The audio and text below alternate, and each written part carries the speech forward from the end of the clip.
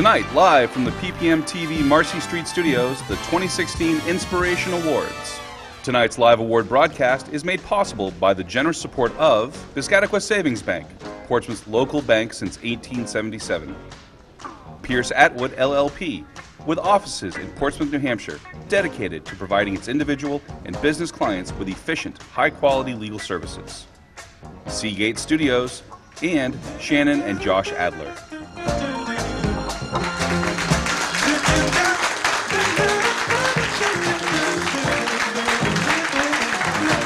Ladies and gentlemen, please welcome the Mayor of Portsmouth, the Honorable Jack Blaylock.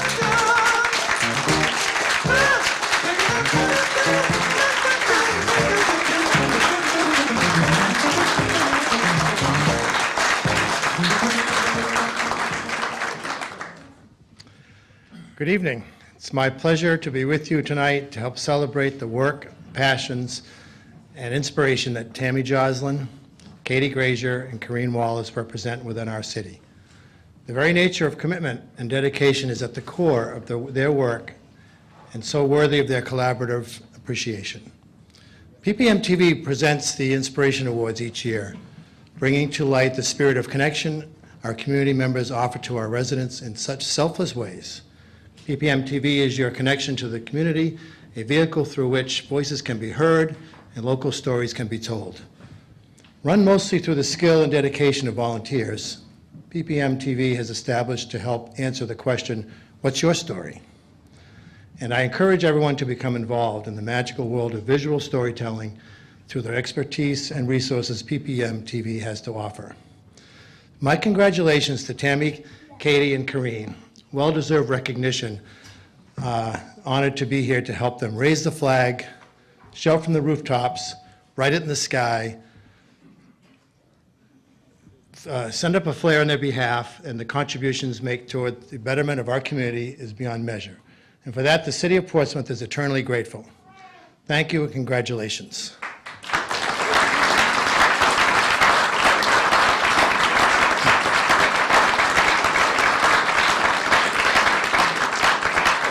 You know, it's the spirit of volunteerism and involvement in our community that makes Portsmouth such a wonderful place. I mean, we all know how many gifts we have, and certainly 3 of our gifts are being awarded tonight. So it's now my pleasure to introduce the Executive Director of PPM TV, Bill Humphreys.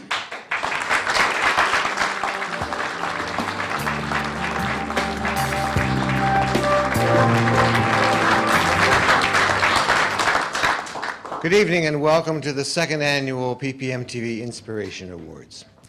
It's our pleasure tonight to host all of you this evening in the celebration of these 3 exceptional individuals who have given so much, so quietly and profoundly to a community to make it so much stronger, more vibrant, and a wonderful place to live. Part of PPM TV's mission, as the Mayor said, is to help everybody understand or to answer the question, what's your story? And tonight we are honored to present 3 stories about passion, commitment, and the enabling of dreams of others. Katie Grazier, Tammy Joslin, Corrine Wallace, you've inspired us as a community, and we're privileged to tell your stories this evening as a way to show gratitude for the effect that you all have so selfishly made in the lives of so many other people. Last year, we honored a man whose work has touched thousands of young lives as the music director of the Portsmouth High School Marching Band. We invited him here tonight to be the presenter of our first award, but unfortunately he can't be with us because he's doing the reason that he received the award last year in marching the Portsmouth High School Marching Band down the main street of Disney World in Florida. But because he's not here, he did have the following to say about our first award nominee. In 2002, Katie Grazier, along with her husband Russ, founded the Portsmouth Music and Arts Center here in Portsmouth. Though most of her work is accomplished behind the scenes, Katie is a tireless and constant presence at PMAC and a lifelong learner. Taking drum lessons a few years ago, she has been a member of several local indie bands, including Fine Line Forming, Bake Sale, and the Jazz Adventurers. Katie has extensive management experience in the corporate business, nonprofit arts, and culture worlds. Her work at PMAC has directly impacted the lives of more than 3,000 music and art students over the past decade alone. In her words, Community is belonging to something bigger than yourself. It's being a part of a group with common interests and shared experiences. Her work in arts education has provided Katie an opportunity to form community friendships and partnerships, and through her engagement, we see community in action. Here now is a brief look at the work and passions of Katie Grazier. My name is Katie Grazier. I'm Director of Admissions and co-founder of Portsmouth Music and Arts Center. We were founded in 2002, and it started with my husband Russ, who's also our co-founder and now CEO of PMAC. When we moved to the area in 2000 with our two young boys, we knew we wanted to settle here because we would be in an environment that was culturally rich. He was reading the Portsmouth Cultural Plan in the newspaper, and inside that cultural plan was a call for an independent music and arts school. So he started to ask all of his friends about who was doing this, and no one was doing it. So we immediately had to have a conversation about whether or not we were going to wait for someone to do this or if we were going to do it ourselves. And we decided to do it ourselves, and that's when PMAC was born.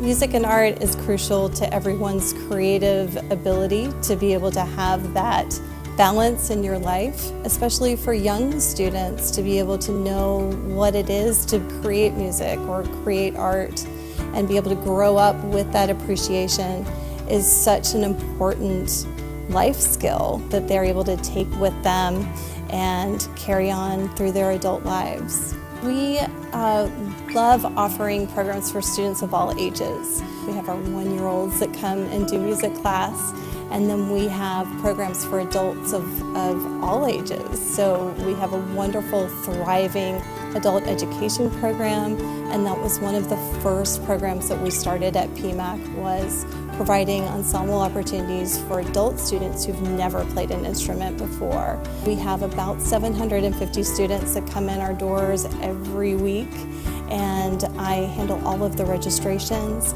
I work with our faculty to develop their schedules and their class rosters, and then beyond that, schedule outside venues for their performances, and work with our faculty to develop the next semester's programming. So it's a lot of student contact and a lot of behind the scenes to make sure everyone is where they need to be at the right time. Certainly all the work that I do during the day is reflective in the evenings when we are in session. I absolutely love jazz, and we just happened to have an opening for a jazz drummer in one of our jazz combos at PMAC. So I jumped right in after taking lessons, and to this day I continue to take lessons. Learning jazz is a constant quest for learning how to think on your feet and play in an ensemble and listen to other people and respond to them or choose not to respond. It's so much fun. We've performed at the Press Room, we've also performed at 3S, and then obviously here in this space. That's just one of the components of being part of an ensemble here, is that we get to perform throughout the city. But the most important work that we do is just week to week, learning our pieces and trying different things and feeling that we can do that in a really safe environment, which is awesome. You know, our students are such an inspiration to me, to be able to see them achieve all of their short-term and long-term goals, being able to perform in a recital or create their first art piece, or, you know, and be able to hang that on the walls of our gallery. As a student, I am so inspired by the students that are in my group, and also by our faculty that are just, you know, it's just an amazing kind of inspirational type of environment. My favorite part of my job is being able to match our students with their future mentors. That's a big part of what we do at PMAC, is being able to give students the opportunity to learn from an instructor who's an active musician or artist in the area.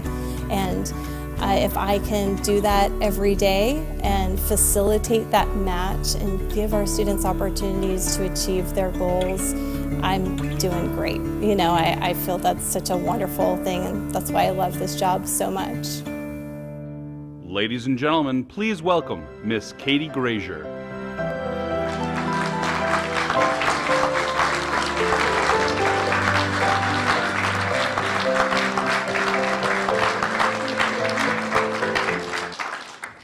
First of all, I want to thank PPM TV and Bill Humphreys. This is such a great honor. And also Deb Lalacious for nominating me. I also do want to thank Adam at Anchorline for creating that wonderful piece we just watched. It's just so nice. I wouldn't be here without the amazing PMAC team that I get to work with every day. That's our amazing staff, our faculty, our volunteers, our board of directors, Russ, my husband. We really have a really wonderful group that we get to work with every day, and it's such an honor. Arts are such an integral part of what we are, what we do.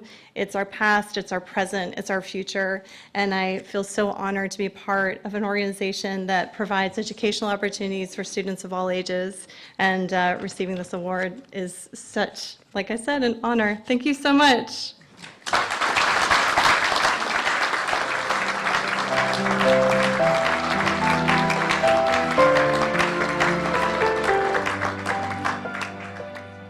Over the past 40 years, our next presenter has displayed a unique style of artistry and in contribution to the community through his work in the gardens at Prescott Park.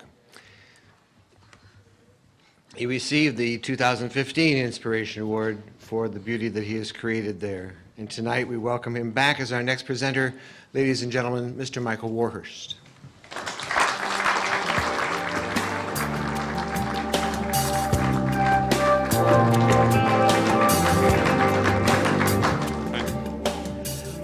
What is the very definition of an exemplary and selfish, unsung hero of the Portsmouth community?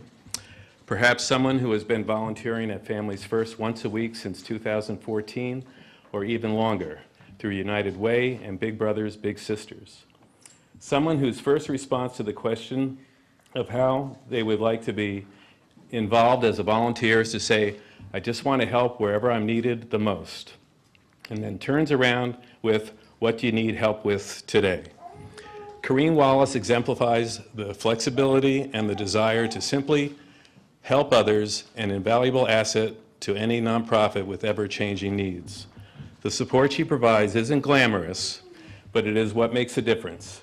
Never seeking recognition for her time and efforts, Corrine is both extremely humble and at the same time extremely knowledgeable about our community's social issues while promoting a community where nonprofits can work together to address similar issues.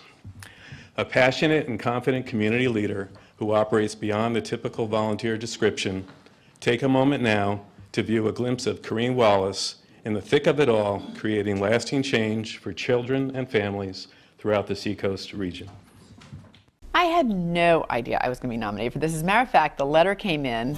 I didn't recognize the envelope. I had my hands full. I almost threw it in the trash. Then I read it and I couldn't understand it at all. I still am rather stunned, but yeah, it surprised me. I was reading about the other two women who are being nominated, have been nominated, and they're doing phenomenal things. So it's really fun to see those other things that are being done in the community.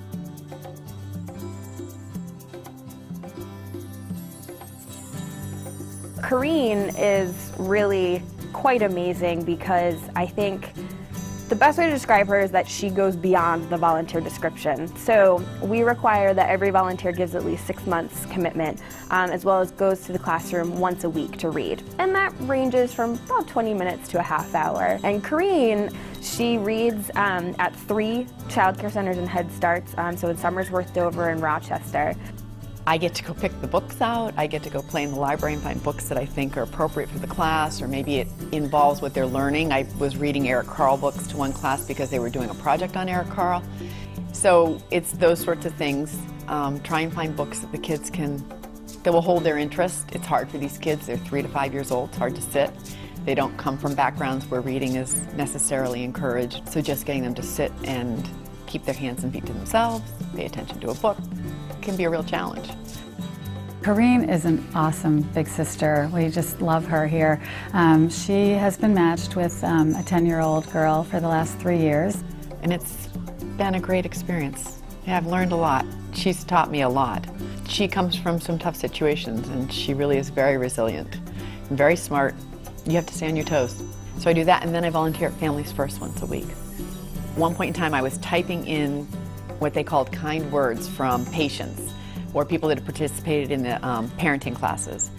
And it was astounding to read what these people wrote about the fact that they could come in and it was truly no judgment, judgment-free. There was nothing. They came in, they felt safe, they felt like it didn't matter what their problems were, they were accepted and the problems were approached and dealt with from a medical care standpoint, from a parenting standpoint. And I think that that's what I love about that. And everybody there is very committed in what they do and reaching out into the community and reaching those people that might otherwise kind of sit on the edges and not be taken care of, if you will. Corrine gets it. She understands what families are struggling with in this area, who are struggling with poverty, who are living in a low-income situation, and she gets it. She doesn't judge, she sees it, and then she takes action. If you can find that thing you're passionate about, and you can find that little bit of time to give back, it's amazing.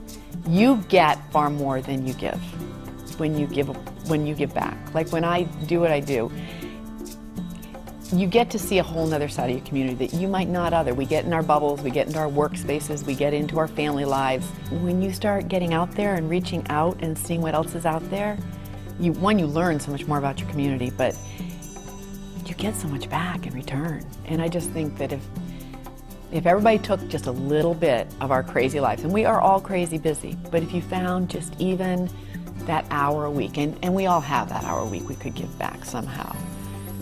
You know, it doesn't have to be a whole bunch of different things. It can be that one thing you're passionate about, and just find some way to connect with that, and you'd make an amazing difference. Ladies and gentlemen, please welcome Ms. Corrine Wallace.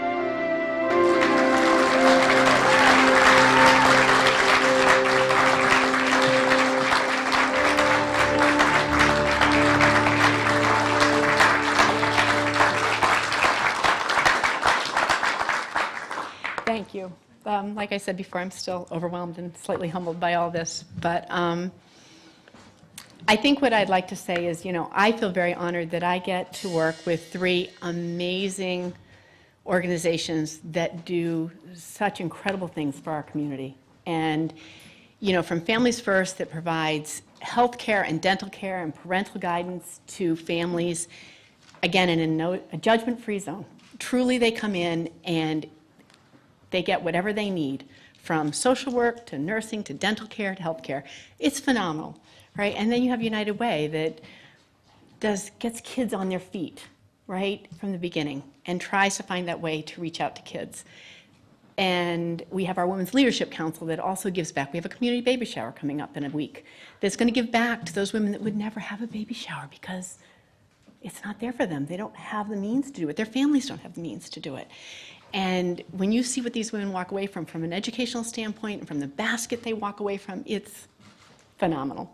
And then there's Big Brothers Big Sisters. And honestly, I have gotten so much from my 3.5 years with Akira. She is a hot ticket, and she keeps me on my feet like no other, let me tell you. And you know, there are 87 kids in this Seacoast area right now waiting for Bigs. 87 kids that just need someone that could make a difference in their lives for like 2 to 4 hours a month. So that's why I do what I do. But I thank you all for giving this opportunity. It's an honor. Thank you.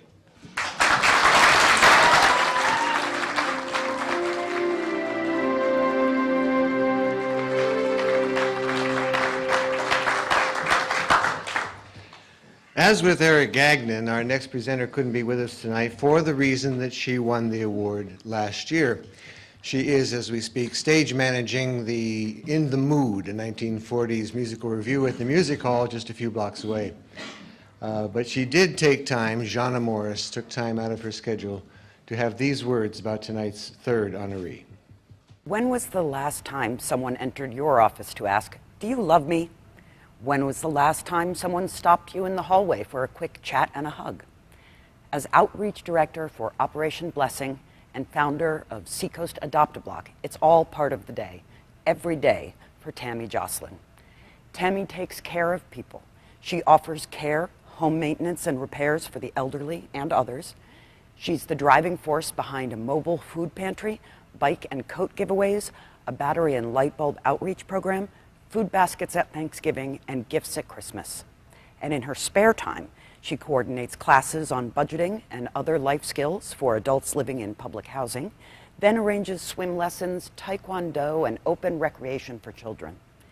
Take a few moments now and enter into the world of empowerment and inspiration offered to us all by Tammy Jocelyn. You can't live inside the walls of an organization, church, whatever, and get things done. You have to go outside those walls. And she was outside those walls.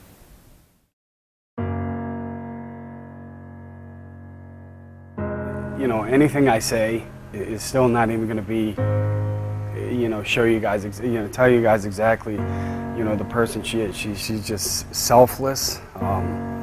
She will do anything for anybody. There's so many people that would say the same thing, and how her selflessness has impacted their life. If I could do 10% of what Tammy did on a daily, weekly basis, just giving back to people. We are where we are today, but there's no limit to where we can be tomorrow. And Tammy's just been so inspirational because she started from where we are.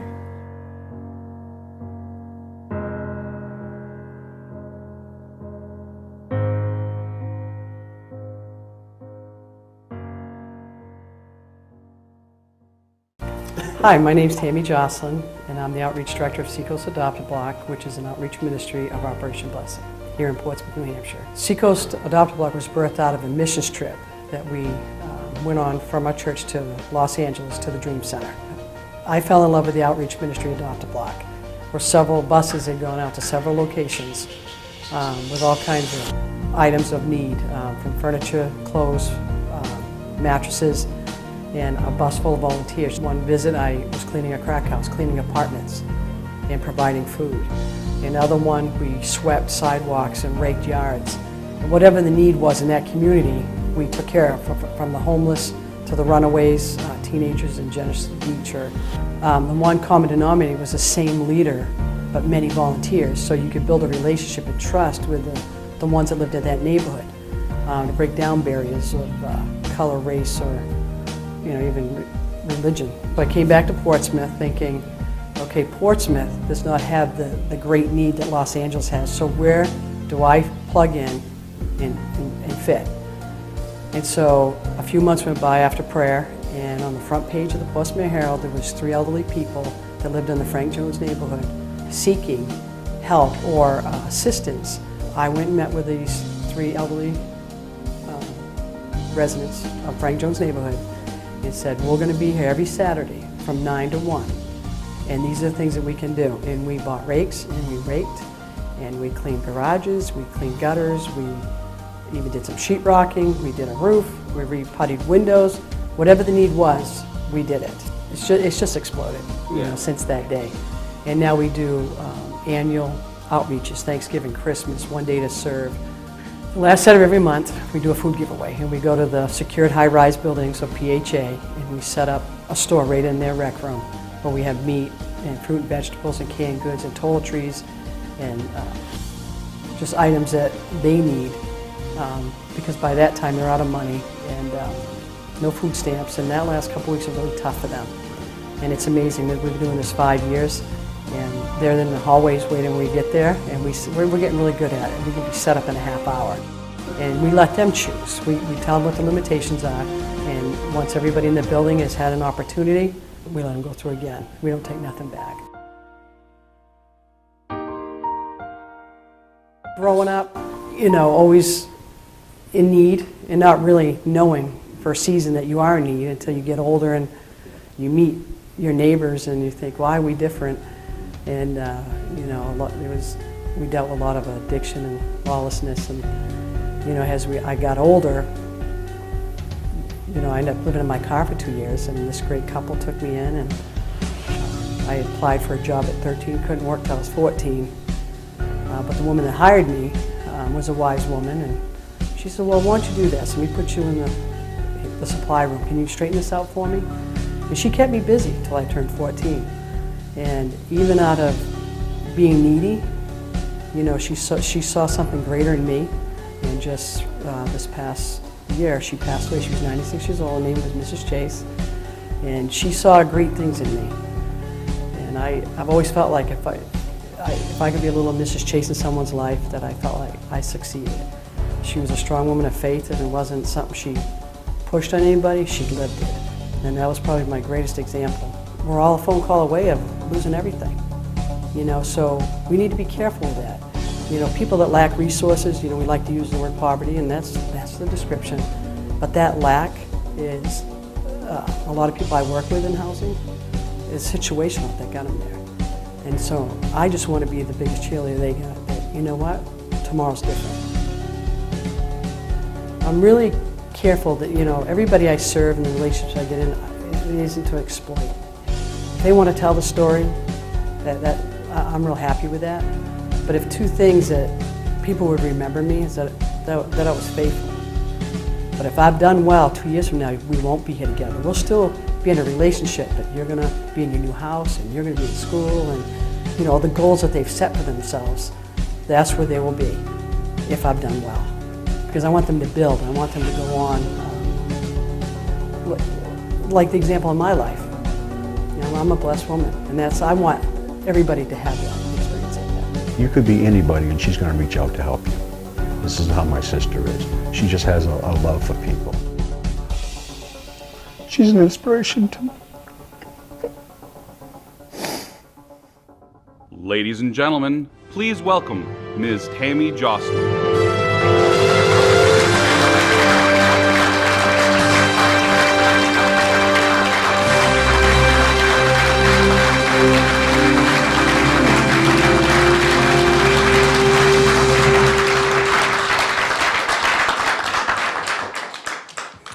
Well, that's a tough one to follow, that last few lines, big brother.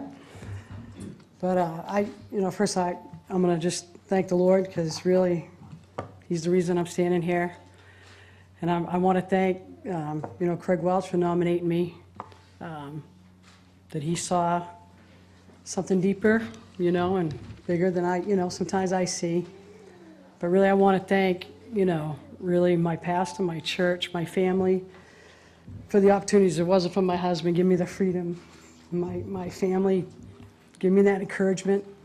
It takes a lot of time sometimes. I don't know, I'm trying not to be emotional here.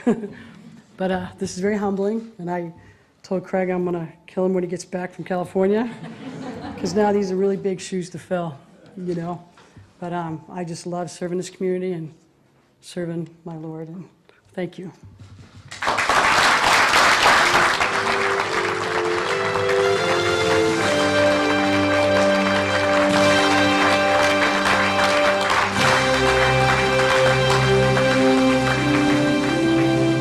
Congratulations to you all. PPM TV is very proud to have the opportunity to celebrate your work and the contributions to the Seacoast community that you have made. At this time, ladies and gentlemen, it's my pleasure to introduce to you the President of the PPM TV Board of Directors, Mr. Patrick Collins.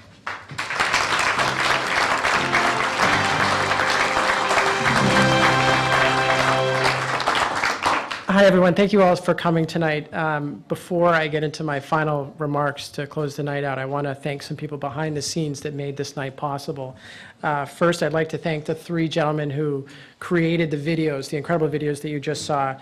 Richard Morris of Richard Morris Studios, Adam Flaherty of Anchorline, and Chad Cordner, who's in the back. He's our studio operations manager here at PPM TV. So a big round of applause for those three for doing the videos.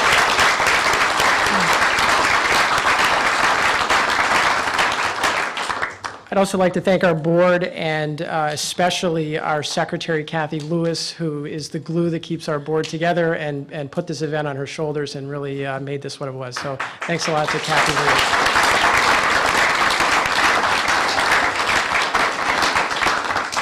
I'd also like to thank our volunteers who make PPM TV what it is, and there are three, our trifecta of all-star volunteers. Sarah Shulman, who's behind camera 2 here, Jan Phelps, and Sherry Bach, who's in the back. Big thank you to them and for their continued volunteerism here at PPM TV.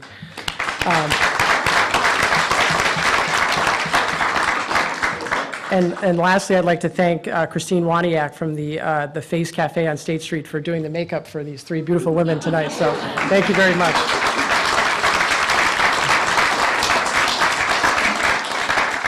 Now it's my chance to read the teleprompter. PPM TV is honored to acknowledge these three incredible individuals for all that they've done toward enriching the lives of so many in our community. Thank you, Katie. Thank you, Tammy. Thank you, Corrine. Thank you for all the inspiration you have offered each of us in your own ways, and thank you for all of those you will continue to inspire. PPM TV is Portsmouth's only public access television station, and we strive to help our community members tell their stories, relate experiences, expand horizons, and express points of view. We invite all of you to become members of PPM TV and experience the excitement of media production and the joy of telling story. On behalf of PPM TV board, members of the staff, thank you for being with us tonight and joining us in this celebration. We wish you all a good night. Thank you.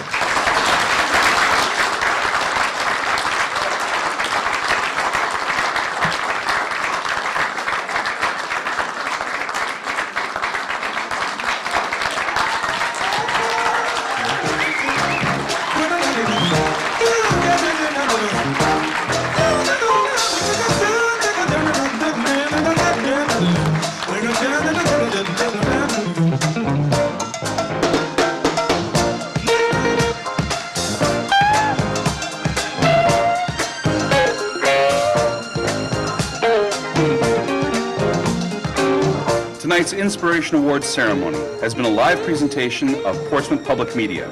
PPM TV is grateful for your continuing support of our community's only public access television station, and we encourage you to stay in touch with your thoughts and comments through our website, www.ppmtvnh.org, or by email to info@ppmtvnh.org. This is Mark Michael Adams speaking. From all of us here at PPM TV, thanks for joining us.